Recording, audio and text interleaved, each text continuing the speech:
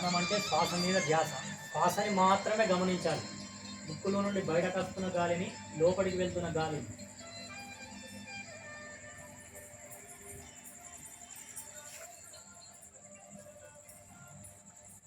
ఆరోగ్యంగా వస్తే శ్వాసను గమనించండి.